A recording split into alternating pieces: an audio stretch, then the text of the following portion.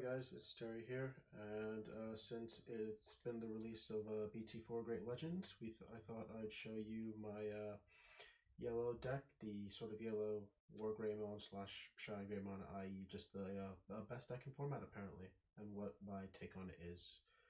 We'll just start off with the Digitama. So we play the new Coromon 4, and we play Wargreymon. Coromon's pretty sick. So when you attack once per turn, if you have 3 or fewer security, you can make one of your opponent's Digimon lose 1000 DP for that turn, which is quite nice. It's just a really cool inheritable that I don't think we had before for at least Digitama, where you can sort of just guarantee DP removal. And just you'll be swinging a lot with your Wargreymon, which could be quite nice. So you want to see this one, hence why we play 4. And we play the one Upamon just again, as drawing isn't as much of an issue, but it's still nice to have as the one of. It's just one of the better eggs to play, where you know if you have 3 or fewer security once per turn, if you attack you can draw 1. So for our level 3s, we'll start off with the 3 Patamon from the starter deck. It's still one of the better level 3s, just when an opponent's Digimon is deleted by dropping Steep to 0, gain 1 memory. Gaining 1 memory can be quite a difference, like either from ending your turn or whatever else happens. So we play 3 of it just because I feel 4 is a bit much and we want to add a few more options, but I still feel 3 is enough that you'll see it, and it's still a pretty important card. We then play 3 of the new Pulsemon. Pulsemon is a really good card. It's a promo and it might be a little bit expensive, but if you can pick it up, I do recommend it, because on play, if you have 3 or more security cards, you can draw 1, and if you have 3 or fewer, you can gain 1 memory. So if you're at exactly 3, you get both effects. But Pulsemon is just good because of just the sort of utility. It can either just be like the Blue Gabumon and just get you a draw. It can also just gain your memory. Effectively, if you have to hard play it, it just becomes a 2-drop card, which is quite nice. It's really good. I'm only playing 3 because, well, to be honest, I only have 3, and so far the ratio seems to work out. But if you want to play more, obviously, I feel it's a pretty good card, so you could afford it. And we just play for our last 3 we play 3 Salamon, just a vanilla. It's just a 2-drop, easy to play. Honestly, you can play this or like something like Tsukaimon. I'd rather play Tsukaimon, partly because I'm playing a Salamon, as you can see in my hand here, so it might help play around the OG Omnimon, but also Tsukaimon's just, you know, cooler looking. So for the other 3s, we play just now some 2-ofs. We play 2 of the Salamon from BT2. Just if you have 3 or fewer security cards, if it's deleted, you get to recover 1. I feel 2's fine. I feel like I only really want to see this later on when I actually need it, you know, to recover. And yeah, I think it's just like this is more of a late game card, so 2 seems fine. Sort of the same principle the new Bushiagumon from BT4. So you can look at it and go to 5 to play, 0 to Evo, and 3k DP. But its main thing is that it has Rush, which lets it attack the turn it's played, which is really nice. You'll rarely find yourself actually hard playing it, although it can come up. I have won a few games just by hard playing it. It's quite nice. 5 is a bit steep, but due to some of the new support we got in BT4, it makes getting this out a little bit easier. And also with the sort of in our level 5s, you'll also see an easier way to get this guy out. But I like it again at 2 because it's just, as I said, it's one of the sort of things you're trying to end games with. So I feel 2 is fine, as I'll probably see it as we keep grinding. And then for the last level 3, we play the 1 Lotmon.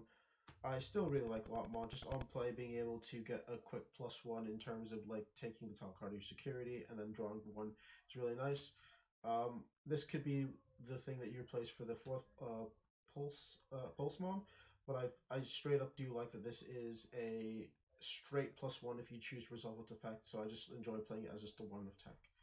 But that's it for the level 3s. I'm playing a 14, which is a fairly standard ratio, I'd say. We'll next move on to the fours of the deck. This is where it's the most least interesting in the world. So we start off with we have four. The unfortunately named Pinomon, which is a 6 to play, 1 to evolve, 5k blocker from BT4, which is quite nice. It gives yellow another blocker, so you can maximize on it. As I'm also playing 4 of the Unimon from the starter deck. Again, it's just your blockers. You're going to need to defend at some point, and they're, I mean, they're being 1 TiVo is pretty cheap. 2's all right to play, and then the last one still hasn't changed of just being like 4 Turimon, because again, it's just something cheap to evolve into, and due to the new Digiburst mechanic as well, your 3s and 4s don't always necessarily matter. Like, you see that none of these have any inheritables, because typically if I'm going to use Digiburst, they're the first things that are going away. You're just playing them because you need to, and it just gives you 8 blockers and just a cheap way to climb up into your level 5s and 6s. So see, that's 12 level 4s. Moving on to 5s, we have the new Wargreymon, which I really love. It's an 8 to play, 3 to evo, but this one has the new Digiburst mechanic. So its ability is Digiburst 2, so I trust 2 of its Digivolution sources to activate the effect of that one of the opponent's Digimon loses 4k for the turn. It's just nice having that form of removal. 4k, while it might seem small initially, because it doesn't always kill a lot of things apart from like rookies and very, very weak level 4s, it's just adding that extra bit of DP reduction just before you drop, like, say, a slash, or you go into the Wargrey. It can be the thing of like killing some of your opponent's bigger things, which is quite nice.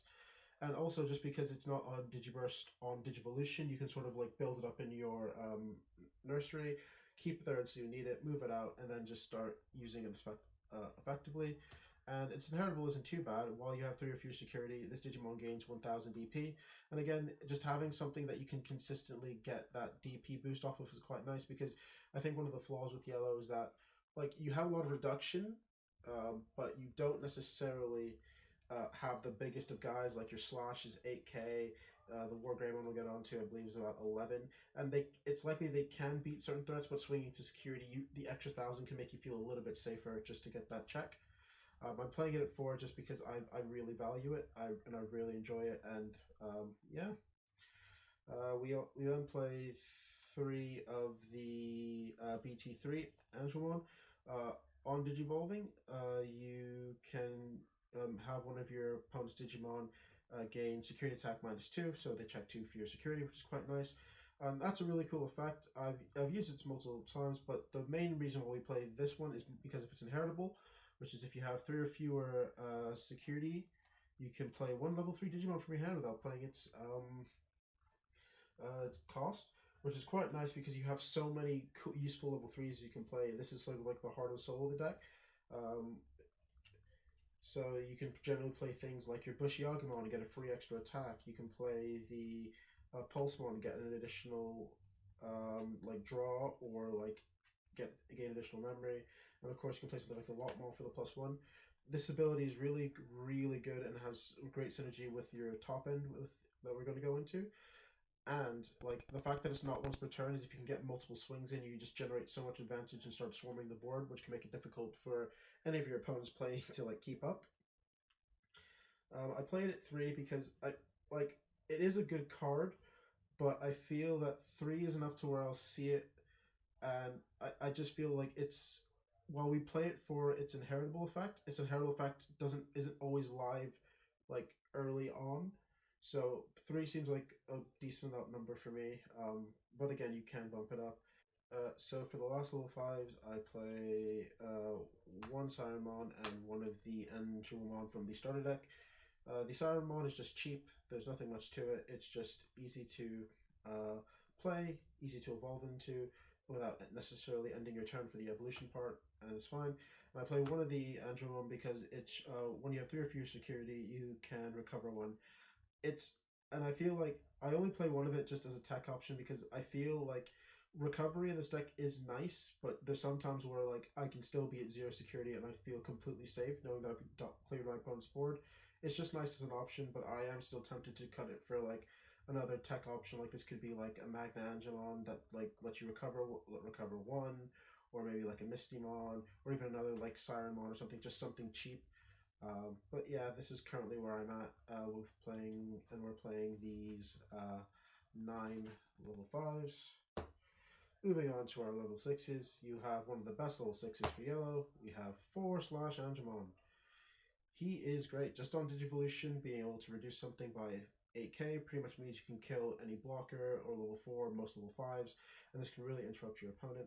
He is weak, again, being only 8k, but you can also, but luckily you can usually, the reduction helps if you're swinging into your opponent's suspended, like say level 6 and stuff, because typically with the 8k reduction and swinging in, you should be able to clear most threats. He's just a really good card, and he's been made a lot better when we get onto the level 7 of the deck. But I play floor of him because he is just very flexible. I feel like just his ability being on Digivolution means that you'll always get to clear something, and it just feels like one of the best cards to play. And then we have the newest card, the namesake deck. The thing that makes it the deck so much better is 3 Wargreymon. So Wargreymon is 12 to play, 3 to Evo, which is pretty nice, and 11,000 DP, which is a little bigger than like say our Slash, which gives us a bit more aggression. And when I say a bit more aggression, I do mean a bit more aggression. This card is solely why yellow has gotten so much better, because you can actually swing in a bit without fear. For those who don't know what he does, when attacking once per turn, you may add the top card of your security from your to your hand to unsuspend it, and then also deal 6k to one of your opponent's Digimon that turn. So just the ability to swing, reduce something, gain advantage from like getting one of your securities and stand again to swing again is absolutely fantastic. This is the type of card that I feel yellow needed, just because before, like things like Shine, while they are oppressive, they typically are a bit slower. You're not really trying to attack in the early turns, and you're trying to build up. Well, this card can allow a lot of pressure. So you may think, well, why are you playing 3 of it? We can apply a lot of pressure. So the sort of issue I find is just that like there are some moments early on where I can digivolve into it, but I'm not going to attack with it that turn, and it just feels weird to like. Well, I can leave it in the raising area. Sometimes you need to like move things out of your raising area to get more advantage and get your draws and start cycling through. And I don't like putting him out just in the opportunity that my opponent can just get rid of him. I just feel Slash is always doing something whenever it's played, whenever it's digivolved, sorry. Whenever it's digivolved, you know that you're reducing something by 8k. It's actually definitely doing something. This one requires you to like sort of maybe wait a turn if your memory's not perfect, but like I feel 3 is enough. 3 is like I see it pretty early on in most games, and I feel like it's just an amazing card. Who knows? I may bump it up again, but like at the moment, I've been happy with this ratio.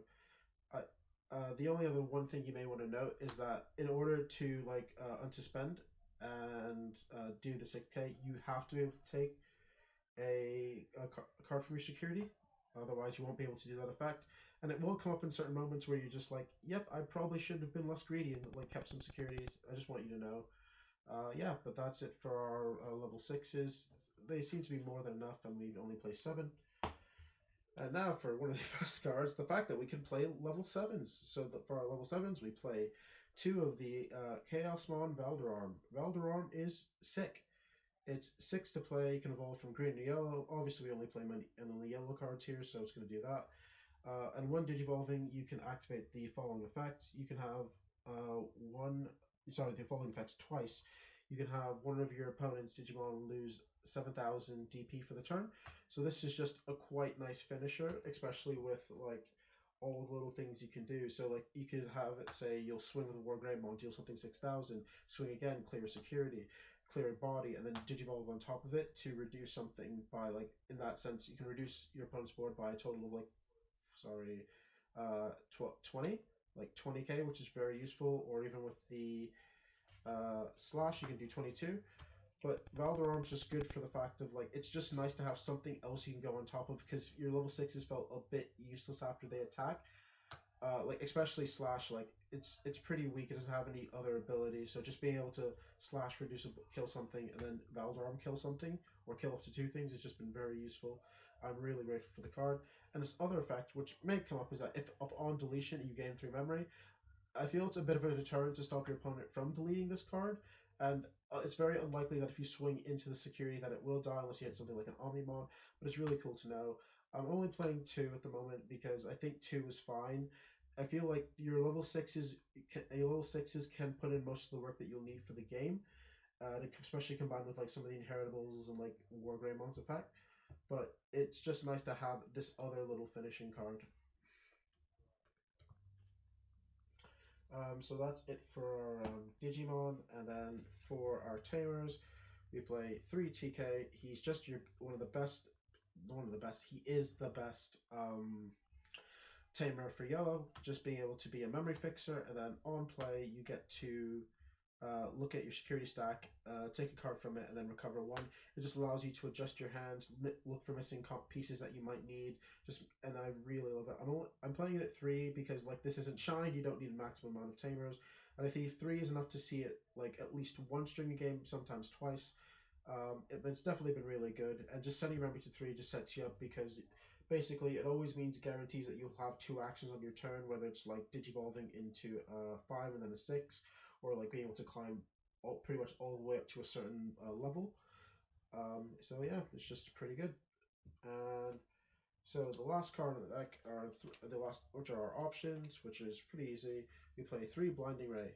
Blinding Ray is a fantastic card. It's another really good card that yellow has really benefited from. Its main effect is that you trash the top card of your security to trash the top card of your security, then you gain 2 memory. So this is sort of like our Hammer Spark. I mean, it's much better than Hammer Spark because it gives us 2 memory. It doesn't have a security effect, which is a bit annoying, but just being able to gain 2 memory for what is quite frankly a bit of can be a bit of a high risk, high reward cost, but if you're playing correctly, you should be fine. It's just amazing, and again, because this is the way how Digimon works, since these are essentially 2 separate effects, you can just resolve as much as possible. So if you have 0 cards in your security stack, you simply just gain 2 memory for free. So this is the type of card where like you feel like I typically end up holding them in my hand, trying to wait for like a certain play. So like if I think in one game I played, I had these 3 in my hand. I had 0 security. I just gained 6. I had like 3 from the TK, gaining like another 6 memory for the turn, giving me 9. And with 9 memory with this deck, you are pretty much guaranteed to clear a board. It's a really amazing card. I'm happy with 3. I feel forward clog, and also it's like since it doesn't have a security effect, I feel no benefit if it's like insecurity, and that might happen if I played more copies. But it is really, really good. Yeah, so that's it. 50 cards, obviously. So that's it for the sort of yellow Wargreymon, like / Angemon, just yellow best deck in format. If you have any sort of comments or suggestions, I'd be happy to hear them. I've really been enjoying the deck. It's been really fun to play. Like it's just fun to be able to be a bit more aggressive in yellow. It's just been something I've been looking forward to, and like it's just been great. If you can try the deck out, I definitely recommend it. We'll probably get you another deck profile because I also wanted to do like a Shine Greymon deck profile, but maybe on a red side, so we'll get that to you shortly. Once again, thanks for watching, guys. Remember to like, comment, subscribe, and we'll catch you in the next one.